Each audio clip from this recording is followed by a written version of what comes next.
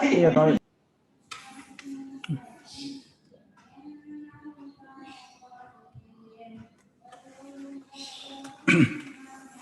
Assalamualaikum warahmatullahi wabarakatuh. Waalaikumsalam warahmatullahi wabarakatuh. udah absen dulu. Absen apa kamu tadi? Kita mulai dengan membaca basmalah. Bismillahirrahmanirrahim. Kita lanjutkan sedikit, ini mungkin bagian terakhir dari teks yang kita baca ya. Ini tentang pengertian wahyu. Al-wahyu. Jadi ta'riful wahyi, pengertian atau definisi wahyu. Su'ilal Imam Az-Zuhri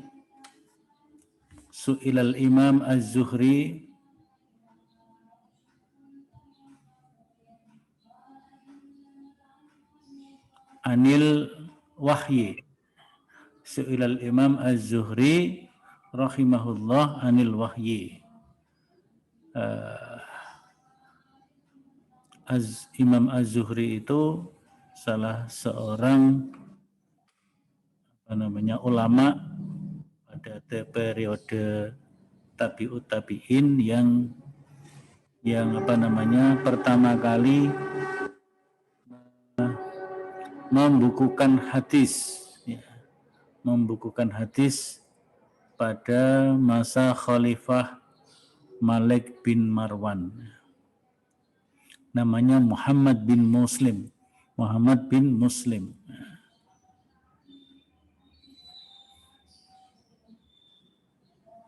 Jadi termasuk periode tabi'in ya, bukan tabi'ut tabi'in tapi tabi'in. Beliau sebagai salah satu dari tabi'in ahlul Madinah atau yang berasal dari Madinah. Su'ilal Imam Az-Zuhri ditanya ya, anil wahyi, tentang wahyu, faqal, maka dia menjawab, mengatakan ya. Nah, ini wahyu menurut Imam Az-Zuhri. Al-wahyu ma yuhi Allah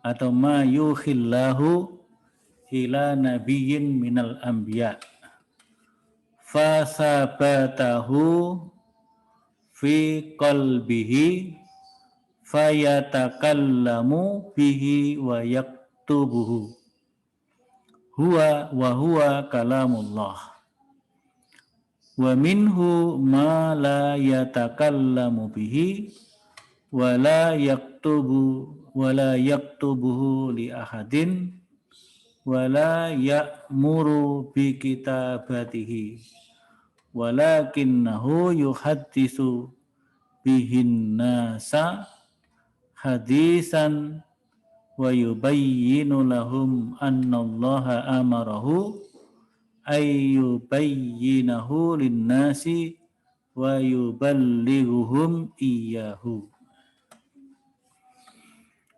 Al-wahyu adalah ma yuhillahu, apa-apa yang diwahyukan, yang disampaikan oleh Allah ila nabiyyin minal anbiya, kepada para nabi.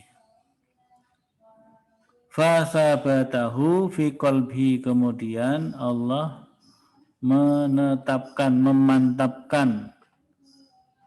wahyu itu fi qalbihi, kepada hatinya, hati Nabi ya. Hatinya Nabi. Fayatakallamu, kemudian Nabi membicarakan bihi, dengan wahyu tersebut, wa yaktubuhu, dan menuliskannya, wa huwa kalamullah, dan itu adalah firman Allah, kalamullah. Wa minhu ma la yatakallamu bihi wa la yaktubuhu li ahadin wa la ya'muru bi kitabatihi. Dan di antara wahyu ada yang tidak dibicarakan, artinya ya Nabi menerima wahyu ya untuk dirinya sendiri. Ya. Wala yaktubuhu, dan juga tidak menuliskannya untuk orang lain, li ahadin. Wala ya'muru bi kitabatihi, dan juga Nabi tidak menyuruh untuk menuliskannya. Berarti ini kalau yang dialami oleh Nabi Muhammad, kriteria yang demikian ini termasuk kategori hadis qudsi, hadis qudsi, karena tidak masuk dalam Al-Quran ya. Walakinnahu yuhaddisu bihin nasnya, ini kan, akan tetapi Nabi membicarakan atau menceritakan tentang wahyu itu kepada manusia hadisan, dengan sebuah hadis, sebuah pembicaraan, wa yubayyinu lahum, dan menjelaskan kepada mereka, kepada para manusia, annallaha amarahu, sesungguhnya Allah memerintahkannya, ayyubayyinahu, untuk menjelaskannya, linnasi, kepada manusia, wa yuballighuhum iyyahu, dan menyampaikan kepada mereka wahyu tersebut. Nah, seperti hadis-hadis qudsi kan seperti itu ya. Wa ala hadza yakunu al-juz'ul awwal min kalamihi, yakni Al-Qur'anul Karim. Nah, jadi kalau yang pertama yaitu wahyu yang diterima oleh Nabi, dimantapkan dalam hatinya, Nabi membicarakan wahyu tersebut dan menuliskannya, dan dia adalah kalamullah, maka di situ al-juz'ul awal min kalamihi, yakni Al-Qur'anul Karim. Jadi pengertian yang pertama, bagian yang pertama sebagai kalam Allah, yakni Al-Qur'an. Wa yuqsadu bisyatril akhir as-sunnah asy-syarifah fakilahuma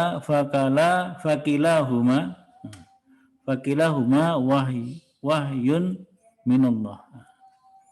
Sedangkan yang dimaksud pada bagian yang akhir, yang kedua, yaitu as-sunnah asy-syarifah, yaitu sunnah yang mulia, tetapi kedua-duanya adalah wahyu dari Allah.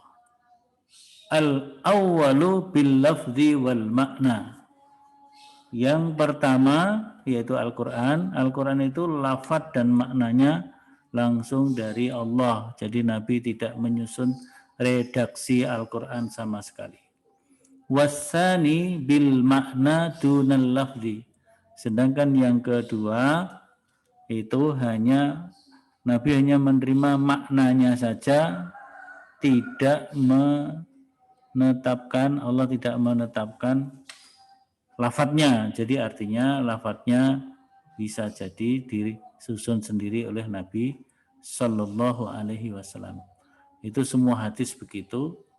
Sedangkan kalau hadis yang disebut secara khusus hadis qudsi, ada kalanya Nabi memang betul-betul menyusun redaksinya sendiri, tapi ada kalanya juga Nabi menerima apa yang diterima dari Allah Ta'ala, menyampaikan apa yang diterima dari Allah Ta'ala. Itu hadis qudsi ya. Jadi ada dua wahyu yang lafaz dan makna, yaitu Al-Quran. Sedangkan yang kedua, wahyu yang hanya disampaikan oleh Nabi, maknanya saja, redaksinya disusun sendiri oleh Nabi, itu adalah sunnah atau hadis, as-sunnah asy-syarifah. Sedangkan kalau hadis itu menyebut menyandarkan langsung kepada Allah, maka hadisnya sering disebut dengan hadis qudsi. Kaifiyatul wahyi, cara pewahyuan.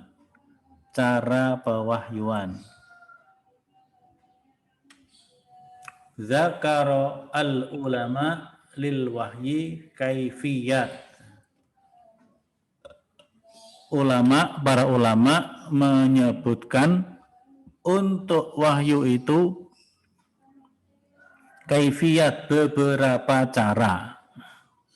Jadi cara pewahyuan itu ada beberapa.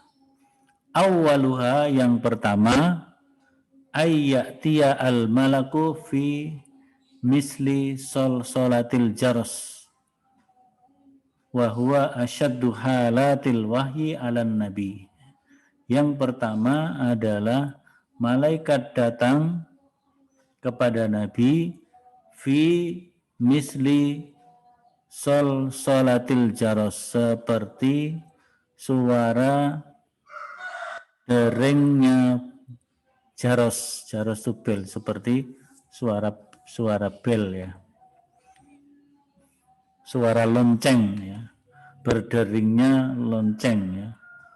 Wa huwa asyaddu halatil wahyi, dan ini adalah pewahyuan yang paling berat dirasakan oleh Nabi Sallallahu Alaihi Wasallam, seperti diriwayatkan wa an Abdullah bin Umar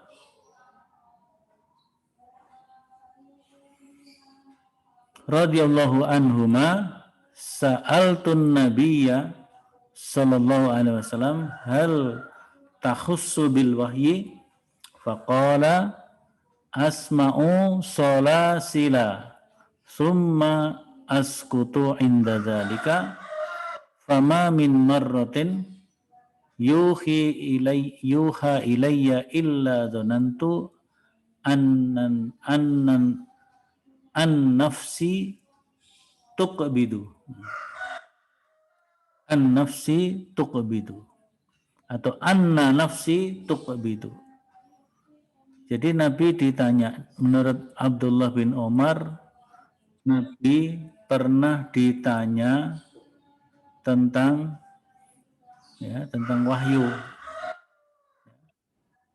Sa'altu, jadi Ibnu Umar bertanya kepada Nabi, hal tuhissu bil wahyi, apakah engkau merasakan sesuatu ketika menerima wahyu ya. Faqala, maka Nabi mengatakan asma'u solasil, aku mendengar berderingnya lonceng. Tsumma askut, kemudian aku diam, inda zalika, ketika itu. Fama min marratin yuhi ilayya, pada suatu kali ya, fama min marratin, pada suatu kali, yuhi ilayya atau yuha ilayya, ketika wahyu sampai kepadaku atau aku diwahyukan ya, diberikan wahyu kepadaku, illa, kecuali dhanantu anna nafsi tukbadu. Jadi suatu ketika Nabi menerima wahyu itu karena begitu beratnya, sehingga dhanantu, aku merasa, anna nafsi, sesungguhnya diriku, jiwaku, nyawaku, tukbadu, akan dicabut. Jadi itu kondisi yang berat ketika Nabi menerima wahyu, diawali dengan suara lonceng. Suara lonceng. Itu yang pertama. As-saniyatu ayyang fasa fi ru'ihi al-kalamu nafasan. Kama qala inna ruhal qudusi nafasa fi ru'i.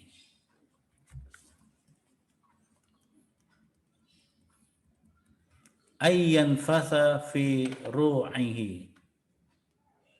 Jadi yang pertama tadi dengan suara lonceng, dan itu suatu yang paling berat ya. Yang paling berat. Nah, sekarang yang kedua, an-nafasa. Nafasa itu kan menghembuskan ya. Menghembuskan fi ru'ihi. Apa ru'ihi? Ada yang tahu?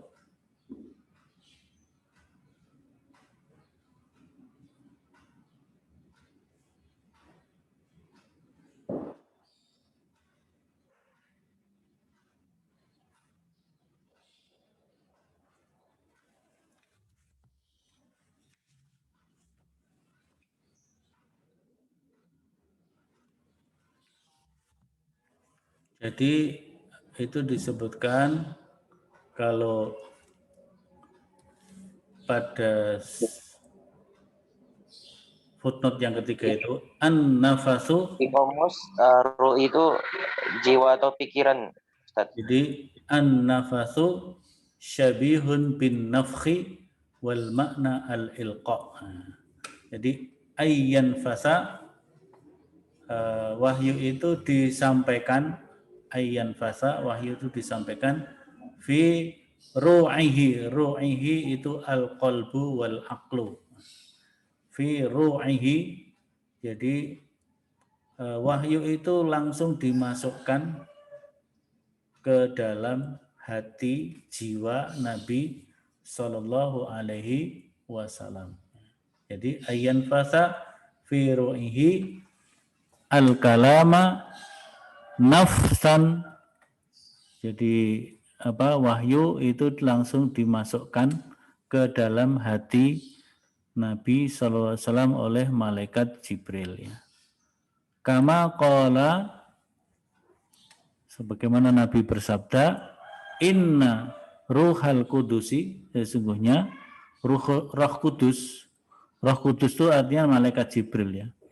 Sesungguhnya malaikat Jibril nafasa fi ru'i, sesungguhnya malaikat Jibril menyampaikan, memasukkan wahyu itu fi ru'i, ke dalam pikiranku, ke dalam hatiku, dalam jiwaku. Jadi langsung dimasukkan sehingga Nabi langsung punya pemahaman, dan itu lafadz dan maknanya langsung masuk ke dalam hati Nabi Sallallahu Alaihi Wasallam. Itu yang kedua. Nah, kalau yang seperti ini mungkin tidak berat, ya, tidak berat bagi Nabi, karena itu langsung masuk ke pemahaman Nabi, lafadznya ya seperti itu, maknanya ya seperti itu. Yang ketiga, as-salisatu ayyatiyahu fi suratir rajuli fayukallimuhu kama fis sahih. Cara yang ketiga yaitu malaikat datang kepada Nabi fi suratir rajul, dalam bentuk seperti seorang manusia, seorang laki-laki, ya. Fayukallimuhu, kemudian malaikat Jibril itu yukallim, berkata, ya, mengatakan, kama fis sahih, seperti yang ada di dalam hadis sahih, wa ahyanan yatamassalu li al malaku rajulan fayukallimuni fa'i ma yakul.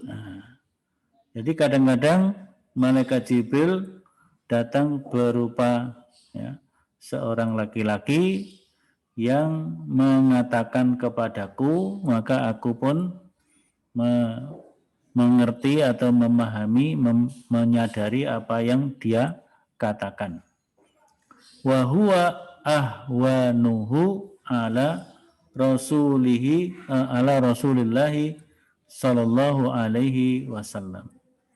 Dan itu adalah sesuatu yang sering dialami oleh Nabi Sallallahu Alaihi Wasallam. Jadi Nabi ketemu malaikat Jibril, di mana malaikat Jibril berbentuk seperti manusia.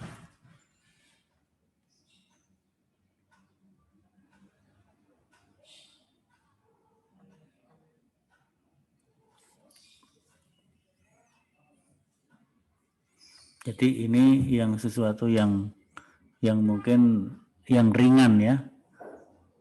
Ahwan itu yang ringan bagi Nabi. Kalau yang solasil jaros tadi yang paling berat.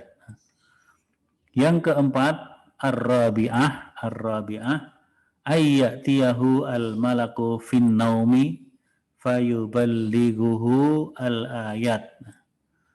Yang keempat, datang malaikat ketika Nabi sedang tidur, fayuballighuhu al-ayat, kemudian malaikat itu menyampaikan ayat-ayat kepada Nabi Shallallahu Alaihi Wasallam. Jadi mungkin seperti dalam mimpi atau ya karena waktu tidur ya. Jadi dalam mimpi Nabi menerima ayat-ayat dari malaikat Jibril. Al-khamisah yang kelima, ayyukallimuhullahu subhanahu imma fil yaqzati kama hasala fi lailatul isra au fin naumi kama warada fi hadisi Mu'ad atani rabbi faqala fima yakhtasimu al-mala'ul a'la. Ini kita lihat footnote-footnote-nya ya.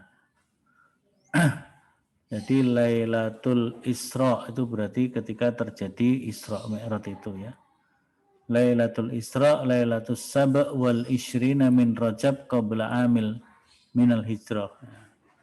Kemudian footnote yang ketiga itu Mu'adz bin Jabal, Abu Abdurrahman, sahabi jalil, sahabat besar, Ansori dari kalangan kaum Ansor, minal Khazraj dari suku Khazraj, ka'an kana a'lamun nas bil halal wal haram. Mu'adz bin Jabal disebut sebagai orang yang paling tahu tentang halal dan haram. Syahida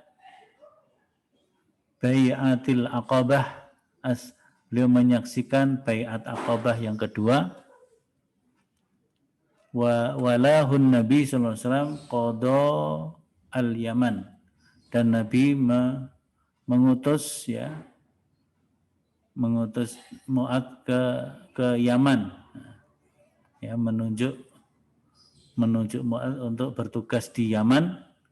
Lahu fi kutubil hadis, dia memiliki kitab-kitab hadis atau meriwayatkan hadis sebanyak 157 hadis.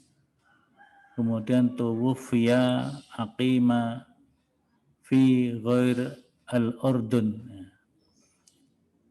beliau mati meninggal di Urdun,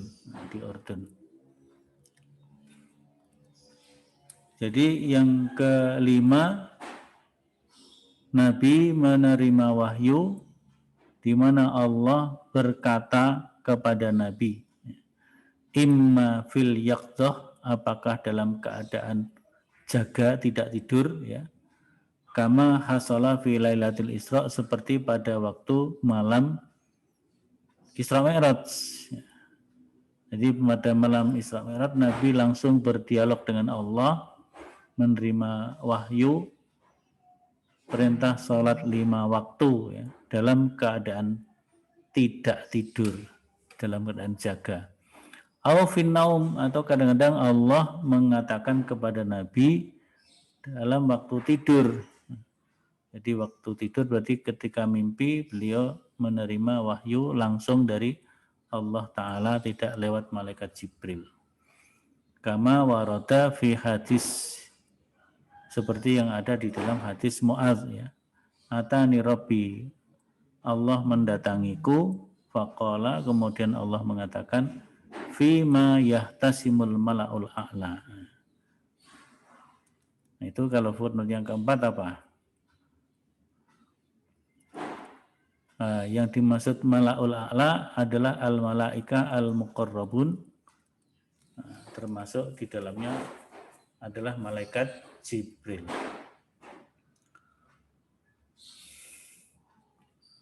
Waqad akhraja Ibnu Sa'ad an Aisyata ummil mukminin radhiyallahu anha qalat kana Rasulullah sallallahu alaihi wasallam idza nazala alaihi wahyu yughti fi ra'sihi wa yatazabbadu wajhahu wa yajidu burdan fi sanayahu fayu'riku hatta yatahaddara minhu mislul jumman. Juman apa juman? Juman mana? Footnote-nya kok nggak ada?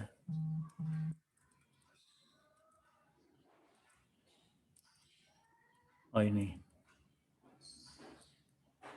Juman footnote yang ketiga jam'u jumanah habbatun tu'ammilu minal fiddah yataghayyaru launuhu asnanahu. Jadi kalau yang kelima ini ya macam-macam bentuknya. Aisyah bercerita Rasulullah apabila datang wahyu kepadanya, maka beliau ghatitin naim wal nakhiruhu. Jadi di sini disebutkan Nabi menutupi kepalanya ya. Wa yatazabbadu wajhahu dan juga apa ini? Ya ayyataghayyar ya, sehingga dan menutup kepalanya kemudian berubah ya yatazabbadu wajhuhu dan berubah wajahnya, warna wajahnya berubah mungkin karena situasi tertentu. Di sini disebutkan wa yajidu bardan fi sanaya, sehingga beliau merasa kedinginan sehingga sering minta diselimuti itu ya. Kedinginan wa yu'riku dan mengeluarkan keringat, dingin tapi berkeringat. Nah, itu karena dalam kondisi yang berat ya. Hatta yatahaddara Yatahaddar apa? Yatahaddar. Ada yang tahu? Yatahaddar. Saya lihat di kamus ya. Yatahaddar.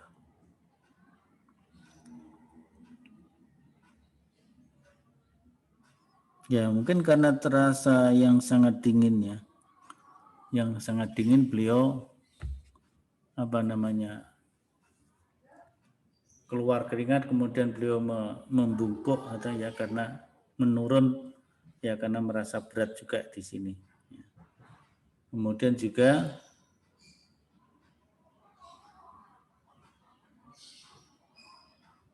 juman.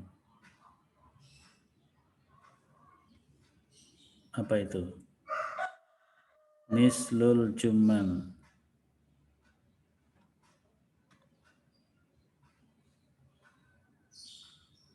Juman tidak ada artinya ini. Juman itu kalau di sini disebutkan jam'u jumanah. Kalau jumanah apa jumanah? Butir mutiara, Ustaz. Hmm? Butir mutiara. Di kamus begitu, Ustaz.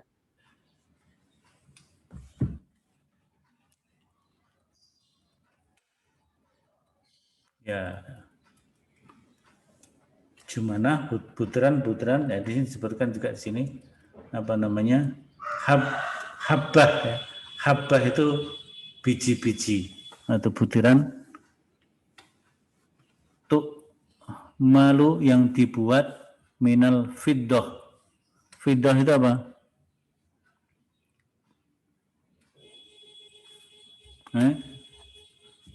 Perak ya. Fiddah itu perak ya. Ya, Ustaz, fiddah perak. Jadi seperti butiran dari perak. Mungkin karena beratnya itu Nabi merasa dingin ya, kemudian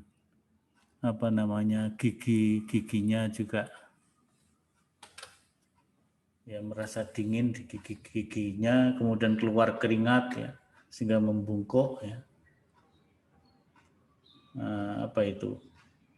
Agak susah ini menerjemahkannya. Ya kira-kira pokoknya dalam situasi yang berat seperti yang Sholasil al-Jaros tadi ya. Ini kan Aisyah menceritakan itu ya, menceritakan di antara ketika Nabi menerima wahyu ada situasi yang begitu berat, Nabi merasa kedinginan, minta diselimuti, dingin tapi keluar keringat dan begitu ya. Jadi ini ada 5 cara Nabi menerima wahyu. Ada cara yang terberat seperti kalau terdengar silsilatul jaros tadi, sholatul jaros ya. Nah, itu sangat berat. Tapi kalau yang wahyu langsung dimasukkan ke dalam hati itu yang paling rendah, yang paling ringan ya. Kalau yang paling berat tadi sampai Nabi merasa dzonantu anna nafsi tuqbadu, bahwasanya aku merasa mengira nyawaku mau dicabut ya. Nyawaku mau dicabut sampai begitu. Nah, itu ya. Ini 5 cara pewahyuan yang dialami oleh Nabi Shallallahu Alaihi Wasallam.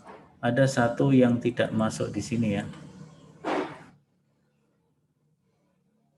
yang banyak di buku-buku ulumul Quran ya, yaitu Nabi mungkin masuk yang kelima mungkin ya, masuk yang kelima. Jadi Allah berkata langsung kepada Nabi, tapi berada di balik tabir ya.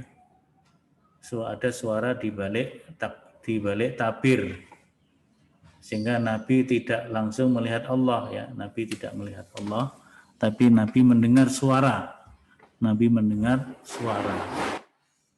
Waktu Isra wal Mi'raj kan seperti itu ya. Nabi mendengar suara langsung.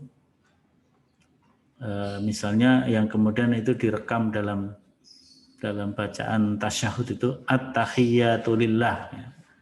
Ketika Nabi menghadap Allah di Sidratul Muntaha kan Nabi langsung mengatakan at-tahiyyatu lillah, segala penghormatan milik Allah, wassalawatu wattayyibat. Kemudian Allah menjawab assalamu alaika, keselamatan untukmu ayyuhan nabi wahai nabi, warahmatullahi wabarakatuh. Ini kan dialog ya. Dialog antara Allah dan Nabi ketika Isra wal Mi'raj semuanya diabadikan dalam doa tahiyat kita, tasyahud kita ya. Jadi at-tahiyyatulillah itu ucapan Nabi kepada Allah. Kehormatan, penghormatan, keselamatan milikmu ya Allah gitu ya. Wassalawatu wattayyibat ya.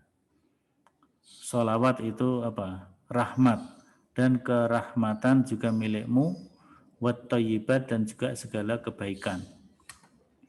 Maka kemudian Allah menjawab assalamu alaika, keselamatan untukmu ayyuhan nabi wahai nabi, warahmatullah, dan begitu juga rahmatnya Allah, wabarakatuhu, dan berkah-berkahnya. Kemudian Nabi menjawab assalamu alaina, keselamatan bukan hanya untukku ya Allah, tapi untuk kami semua. Assalamu alaina wa ala ibadillah, dan juga kepada hamba-hamba Allah as-solihin, yang soleh. Artinya Nabi meminta agar keselamatan tidak hanya diberikan kepada beliau, kepada Nabi, tapi juga diberikan kepada para umatnya. Assalamu alaina wa ala ibadillahis sholihin. Nah itu rekaman ya. Rekaman dialog antara Nabi dan Allah ketika Isra wal Mi'raj itu. Ya, saya kira ini nas-nas semuanya dari yang pertama sampai yang terakhir ini sebagai bahan, tapi nanti tentu kita tidak semuanya ya. Sebagai bahan untuk UTS ya. Kemarin saya janjikan mau membuat 3 versi soal untuk dibaca, dilatih, yaitu yang pertama adalah mensyakali, yang kedua menerjemahkan, yang ketiga menjelaskan makna yang terkandung dalam suatu nas tersebut. Ya, itu belum sempat saya buat, kemudian 2 hari ini saya buat. Nanti silahkan mau dikerjakan sendiri-sendiri atau berkelompok bebas, karena itu latihan. Latihan ada 3 versi soal, nah, silahkan mau milih versi yang mana, atau kelompok A milih versi ini, kelompok B versi itu, kelompok C versi yang ketiga, kemudian nanti saling bertukar hasil kajiannya, saling bertukar hasil pekerjaannya, sehingga semua menguasai 3 versi yang ada tersebut ya, 3 versi latihan soal tersebut. Saya kira itu untuk pagi hari ini. Saya ingin salah satu mencoba membaca. Sebentar, saya tutup sebentar, nanti saya masuk. Ya, tadi mungkin siapa ya? Hidayatullah ya. Hidayatullah coba membaca ya. Dari yang ini. Al-Wahyu ya. Su'ila Al-Imam Az-Zuhri, coba. Hidayatullah.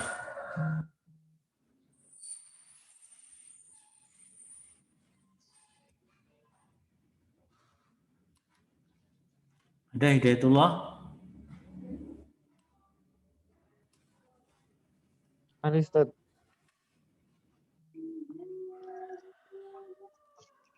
Coba. Ya Ustaz.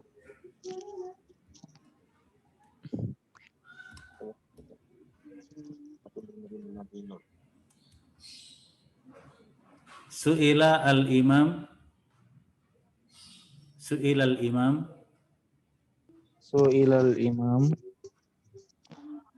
Oh ini. Kalau bersama ada temannya di situ bisa saling membantu.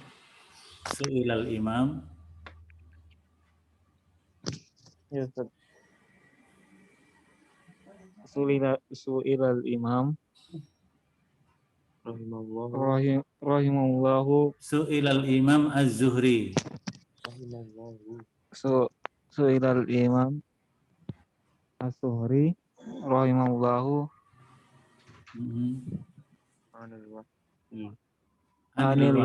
anil wahyi faqala. Ya, itu aja dulu satu baris. Terjemahnya.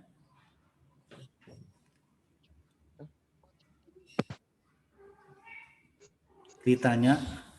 Su'ila itu ditanya.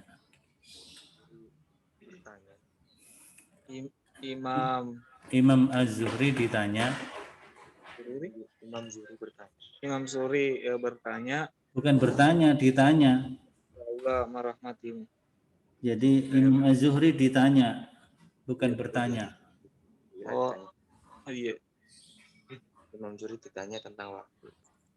Ya. Imam Az-Zuhri rahimahullah ditanya tentang wahyu. Faqala, maka dia berkata, menjelaskan. Baik, sekarang lanjut. Yaitu Nasirus Sunnah ya. Ada Nasirus Sunnah ada?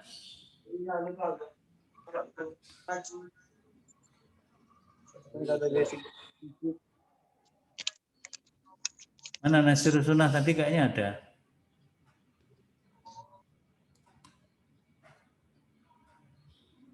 Kalau enggak Azizi. Al-wahyu. Ya Ustaz. Ayo Ya, Azizi. Rasulullah Ustaz. Nih, satu baris. Al-wahyu.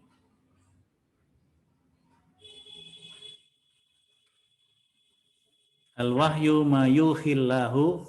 Ini yang baca Azizi atau Nasir Ustaz? Oh, Nasir sudah ada. Ya silakan Nasir dulu. Ada anak gabung sama ini Akbar. Oh ya, silakan, enggak apa-apa. Al-wahyu.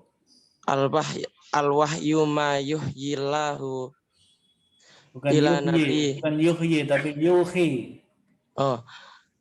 Al-wahyu ma yuhillahi. Ma yuhillahu ila nabi min anbiya'i. Ya, sudah situ aja. Al-wahyu ma yuhillahu ila nabiyyin minal anbiya. Apa artinya? Wahyu adalah apa yang diwahyukan Allah kepada nabi dari nabi-nabi. ya kepada nabi dari para nabi. Nah, selanjutnya Azizi fasabatahu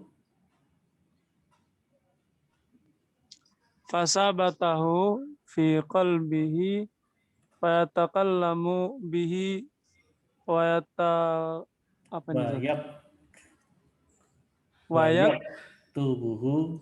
yaktubuhu wa huwa kalamullah. Coba diulang. Fasabatahu fi qalbihi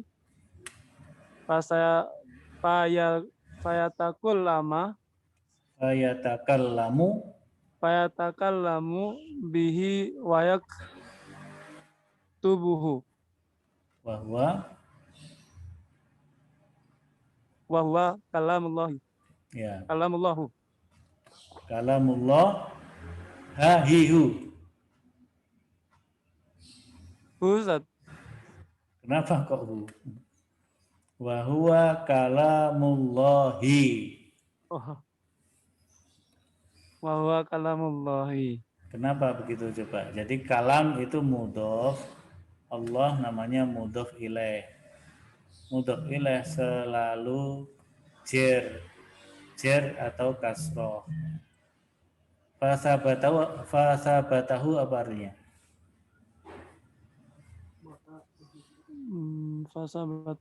Fasabatahu fi qalbi. Silakan kerja sama-sama siapa itu? Azizi sama siapa ya? Oh, fasabatahu apa? Bentar Ustaz. Sama siapa itu? Akbar Syifa. Oh ya. Fasabatahu, memantapkan, menetapkan. Kemudian Allah menetapkan, menguatkan, boleh saya menguatkan ya. Kemudian Allah menguatkan fi qalbihi, di dalam hatinya. Di dalam hatinya. Fatakallamu, maka ya dikatakan kepadanya. Ya, maka kemudian berkata atau berbicara dengan wahyu itu, Wayaktubuhu, dan menulis, dan menulisnya. Ya, dan menulisnya. Dan dia itu kalamullah. Bahwa kalamullah. Jadi yang pertama, wahyu itu sesuatu yang diwahyukan oleh Allah kepada Nabi dari para Nabi. Fasabatahu, kemudian Allah menguatkan kandungan wahyu itu ke dalam hati Nabi. Kemudian Nabi berbicara kepada umatnya dengan wahyu itu, dan Nabi menuliskannya. Dalam hal ini kalau Nabi Muhammad tidak menulis sendiri, tapi Nabi memerintahkan kepada sahabat-sahabat yang ditunjuk, di antaranya Zaid bin Sabit dan Amr bin As, dan satu lagi siapa gitu ya.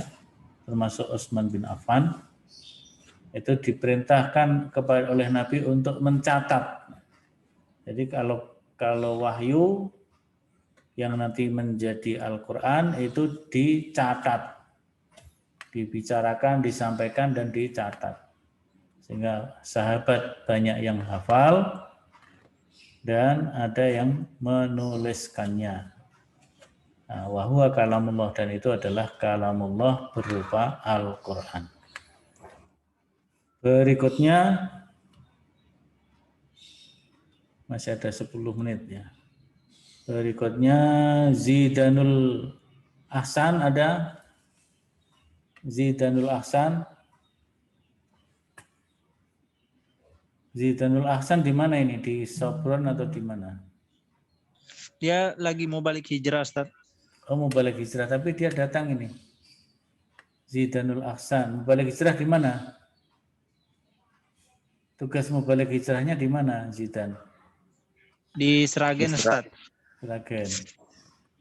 Ini bisa mendengar nggak Zidan? Mikrofonnya nggak diaktifkan. Zidan? Nggak ada ya.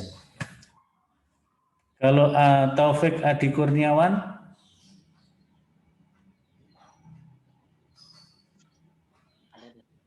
Taufik Adi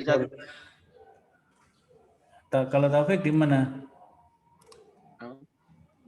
Di Banjarnegara, Ustaz. Tugas juga? Iya. Balik hijrah. Oh, Taufik Adi Kurniawan itu yang asalnya dari mana? Dari Jogja, Ustaz. Kulon Progo. Dari Kulon Progo ya. Nah, coba dibaca, Mas. Wa minhu ma la yatakallamu bihi wa la yaktubuhu li ahadin wa la ya'muru bi kitabihi walakinnahu yuhadditsu bihin nasu hadisan bihin nasa ya. Ya. Hadisan wa yubayyinu lahum annallaha amarahu ayyubayyinahu linnasi wa yuballighuhum iyyahu. Wa minhu artinya dan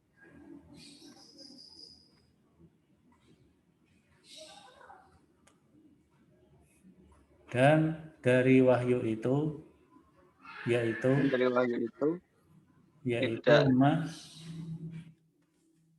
mala sesuatu yang tidak